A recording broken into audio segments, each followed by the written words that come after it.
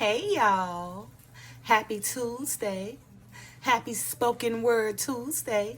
I hope you guys days come along fine. Anyway, you guys know on Tuesdays, I like to bring the word.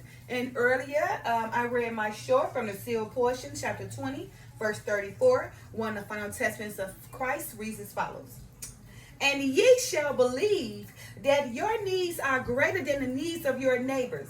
And ye shall withhold your substance from your neighbors and justify the withholding of your substance, because ye believe that if ye give unto them, ye shall not have enough for your family.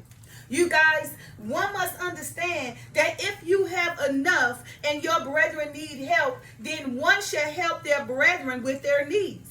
So many families take advantage of the wealth within their family to the point that they will not even help their neighbor or their brethren, believing to themselves that if they help their neighbors, then their family will lack, knowing that their family have more than enough. You guys, if you have more than enough, and you know you have more than enough, you should not make yourself believe that if you help somebody, your family will lack. You should go ahead and help your brother and sister, right? Because you know you have it, right? And help them because you can. All right, you guys. So I'll be reading, from the sealed portion. I guess I end with maybe verse 34. I'm going to begin with verse 34, the sealed portion. And you guys know I like to always begin with the header, so you guys can know what this chapter is about. All right, chapter 20, the sealed portion header reads as follows. Adam continues to explain the gospel and the commandments of Jesus Christ. He explains the evil of money and worldly possessions and gives the commandments pertaining to them. He expounds on and explains the evils of the family unit.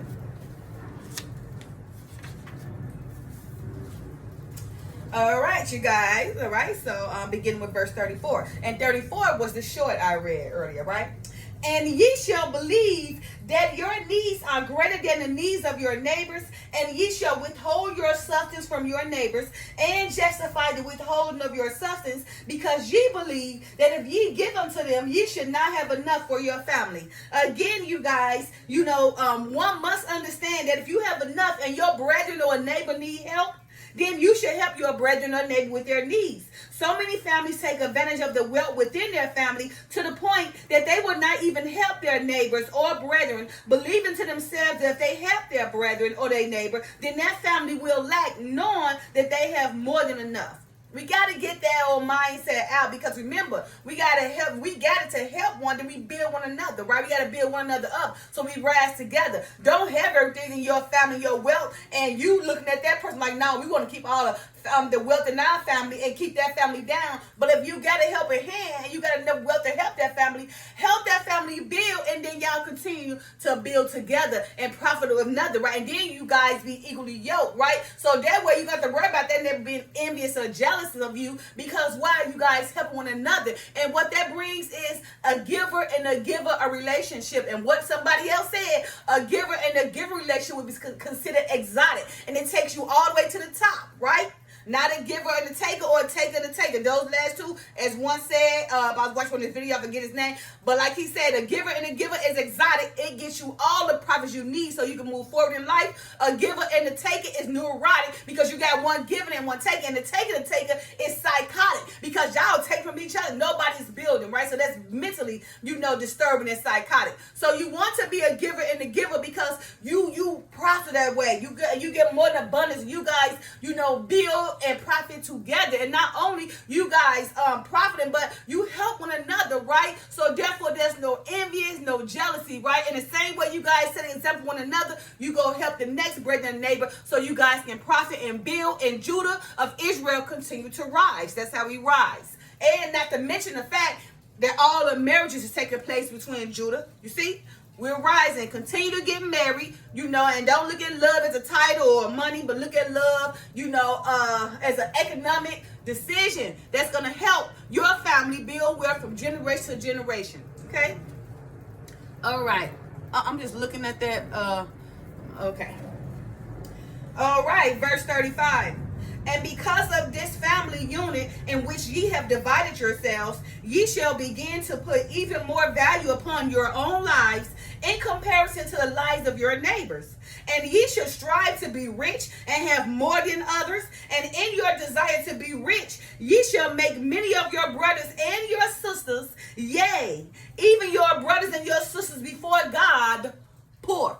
So you see, it happens every day, all day, right? The family unit, they divide themselves amongst their family, because what they do when they young, all the family good and love. You know, the grandma keep them together, they doing their thing, they having family dinners, gatherings, everybody putting on new outfits, joy, drinking, love, dancing, singing, praising, and everything, right? But then what happens? The grandma get older and probably pass away, right? And now all that love start disappearing because the family start gaining wealth. And what happens? The family start competing with the cousins, the brothers, the sisters, the families, the aunties. They compete with each other, which causes division amongst one another, right? Because they feel like that what they got is more than what you got, or they feel like what they got is way better. So they place themselves on the pedestal to be better than their own brother, sister, cousin, neighbor, sister, whoever it is, right? Because why? They in the business of competing now. They placing value on what they got to make themselves believe in their mind that their value is way better than yours, and what they did, what they have ultimately done is called division amongst their own family. I mean, it's every day, all day, even in my family, right? We all grew up like brothers and sisters. Now we of age, and what they doing now? They compete with you. You ain't even compete with them. Like they sit around and they bicker and they gossip and everybody want to be a brawl, this and doing that, and you look at that family and that family, oh, she got this and that family got that. It's like, it is so crazy. We should just all come together and help each other instead of competing. Oh, of course, I don't compete with nobody, but they compete with you, and you don't even be competing, dividing amongst themselves. All right, verse 36. And ye shall begin to teach your children to focus their lives on learning the ways of the world, that they might get gain therein and receive the honors and praises of men for the gain that they have received. And your children shall begin to search for gold and silver and for fine linens and the fine things of the world. And they shall make these things their idols, for they shall fall down before them and worship them, and that their hearts and desires are continuously focused upon them. And ye have already begun to teach your children that these family units are sanctioned by God, and that it is the most important unit among you. And ye believe that the things that ye have acquired of the world are the blessings of God, and that he had given you these things because of your righteousness and your families. You're delusional mind, because the Father ain't gave you none of that stuff to divide your family. All that gold and silver you acquired on your own, the Father didn't give it to you, because the Father don't believe in division. Because if he gave you the gold and the silver, it'd have been for the whole family together. All right. So again, so you know, they say, yeah, so what happened? You always see, you know, like the word say, and ye shall begin to teach your children to focus their lives on the learning the ways of the world, that they might get gain therein and receive the honors and praise of the men for the gain that they have received. And that's what happened every day. You see the mothers putting their kids in ham bones, right? These kids run around here and $500,000 toy Bentleys and stuff, right? The kids run around here with silver and gold, dreads all the way down here, right? I mean, the kid wearing $1,000 don't even know what $1,000 look like, can't spell $1,000, can't make $1,000, not even legal to work to even get that $1,000 to look like the parent is making that kid look like, right? So what that parent is doing, they basically spoiling the child. So because they putting this child and placing this value, making the child think that they got to go acquire all this gold, silver, all the things of the world, and the honoraries for men and women, then what they do is they forget that everything came from the Father, but what they follow what the parents have exactly what the parents have set for them, so they can go out there and acquire all these idols, all the gold and the silver, acquire all the things of the world, right? You know, to make them believe that they should live like the ways of the world, not understanding, you know, that because they're pushing their child to live the ways of the world, then that child is going to suffer throughout their life trying to be like the Joneses, or, you know, trying to compete or keep up, because that's what the parent have penetrated in that child mind, right? And what happened is the children should fall down before their gold and silver, selling drugs, money, power, and fame. They should fall down and worship them, right? And their hearts and their desires should be continuously focused upon all this gold, silver, money, fame, power, things of the world that the parents have taught their children, right? Things that the child would go through suffering all their life trying to keep up with the Joneses or be a part of the world. But what the Father said, you must, in order to walk with him, right, and to live peacefully, you got to separate yourself from the world. See that? Separate yourself. Verse 38. But, oh, wait a minute, 37, I'm sorry. And ye have already begun to teach your children that these family units are sanctioned by God, and that it is the most important unit among you. And ye believe that the things that ye have acquired of the world are the blessings of God, and that ye have given you these things because of your righteousness in your family. So what happens is, people in their mind, they think when they get this gold, these silvers, these Bentleys, these houses, everything. Now, sometimes it can be a blessing from the Father, right? But you will know because the Father is going to lead you there. You see, it ain't going to be because of idol, but he going to lead you there, because when he leads you, that's going to be for a purpose anyway. So don't think he's going to get this house and car. It's just going to be for your own personal use. No, you got to continue to work the Father because he led you there, okay? But many people, they go buy all this stuff, this jewelry, these golds, these cars, these houses, right? These idols, okay? They buy all these things, right? And teach other people that God gave it to them. God ain't gave you that. God ain't gave you that Benny, ain't gave you that car for what? So you can go make the next person mad, envious, and jealous, so you can flaunt and be like the joke. Do you think that was God's work? You think that was God reaching out his stretched arm to help you? No, that was you and your desires of your heart that you went out there and got, okay? Because of your own desires. It was not a blessing from the Father, right? Because believe you me, a blessing don't cause hurt. A blessing one cause envious, right? Envy. A blessing one wouldn't call manipulation. A blessing will make you boast about what you got. A blessing will make you go up here and throw everything in their face and gotta go shine all day with your gold and silver and ride down slick and slide. That's not nothing the Father get you. Because if the Father gave it to you, you'll be mature. It'll be a maturity. You'll know what to do with it. Remember that. Verse 38. But I say unto you, these family units are an abomination before God.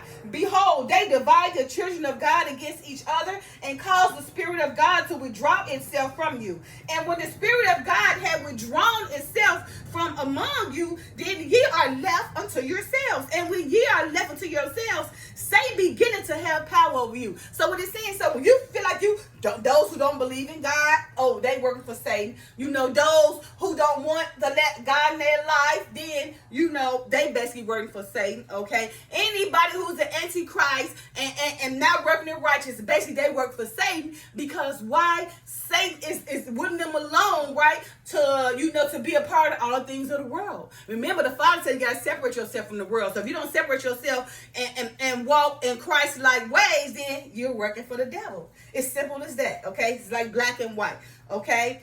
So anyway, if the Spirit of God had withdrawn itself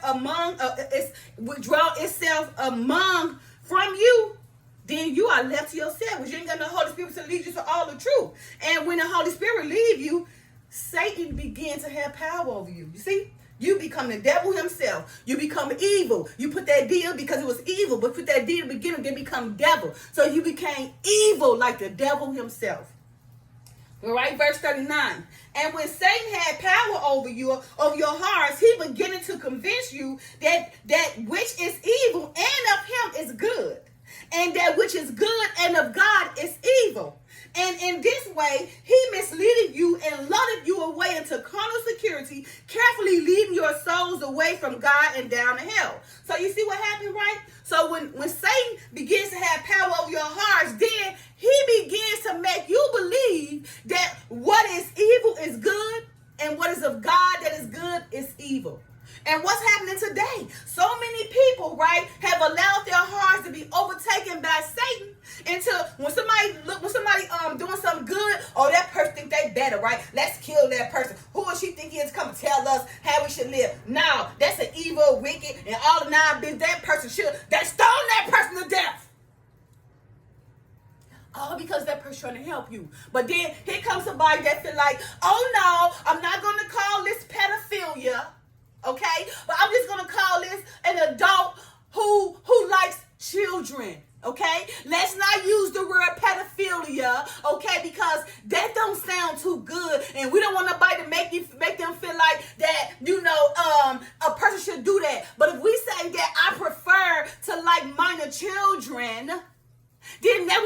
better because the mindset to take that in better, right? So these fools, these foolish, these wicked devils, they make evil for good. You see how crazy it is? They are delusional. Mostly the whole world is mostly everybody delusional right now. Remember, it's only very few that's still sane. But for the most part, everybody is crazy in this world. They're out their damn mind. Okay. Verse 40. And this hell is not a place where you should go after this life. For all of us will return to the spirit world where we came from. But this hell is a state of being which is either on this earth or in the spirit world. Did you hear that? Because remember, there are different levels of tormentation, right? Remember, we came from the spirit world, we going back to the spirit world. So you think you going to hell, right? There's different levels. And remember, hell going to be like different levels of tormentation. What you have done, what you done put forth on this earth, in hell, you're going to repeat it. It ain't never going to stop. It's going to continue to torture you over and over and over again. All that sins you put forth is going to eat you, and you ain't never going to die. Eternally, you're going to be tormented forever, to eternity. So either you're going to be, tormented forever in eternity from the hell, or you're going to live forever in eternity with the Father. Okay? So again, and this hell is not a place where you should go after this life, for all of us will return to the spirit world from which we came. We're going back, okay? But this hell is a state of being. Remember? A state of being, because the kingdom is within you, okay? A state of being which is either on this earth or in the spirit world. And it is easy to tell whether or not a thing is from God or if it's from Satan. Again, and it is easy to tell whether or not a thing is from God or if it is from Satan. For the things of God shall lead you to do the will of God. Now you see, I just said that. I hadn't even made to this verse, but I knew that if the Father bless you something, it's going to lead you to it. And you got to continue to work from the Father. That's how you know it came from the Father, right? Now, again, for the things of God shall lead you to do the will of God. And when you do the will of God, then ye are happy. That's how you know it came from the Father, okay? And if ye are not happy, then ye are not doing the will of God. See that? Black and white. Remember, the Father said his commandments is not hard. People just love to rebel. They rather do wickedness than righteousness. They just want to rebel because it's a law. If it's because it's a law, that's why they rebel. But the Father said, hey, his works and his commandments is not hard on you, but will it help you walk through life, peace, prosperity, abundance with light. Remember that. Okay? Again, all right? Now, and it is easy to tell whether or not a thing is from God or if it's from Satan. For the things of God shall lead you to do the will of God. And when you do the will of God, then ye are happy. And if ye are not happy, then ye are not doing the will of God. And Satan will allow you to rejoice in your wickedness for a time, but he will not stand by you for long. And when he turneth his back on you, ye should no longer remain happy in the evil thing that ye are doing. So you see what it's saying? Yeah, Satan, he gonna will you in. He gonna be like, come on, my brother, my sister, I'll give you the world. The world is yours, right? And you're gonna be up here, you're gonna be living the life, right? A high price, a celebrity, what's that? A-list celebrity doing your thing. Everybody love you. You're the man and a woman. Yo, you walk the walk. You talk the talk. You got all the money. Everybody singing your praises.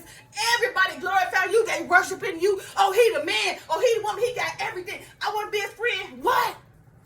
For a limited time. And what happened?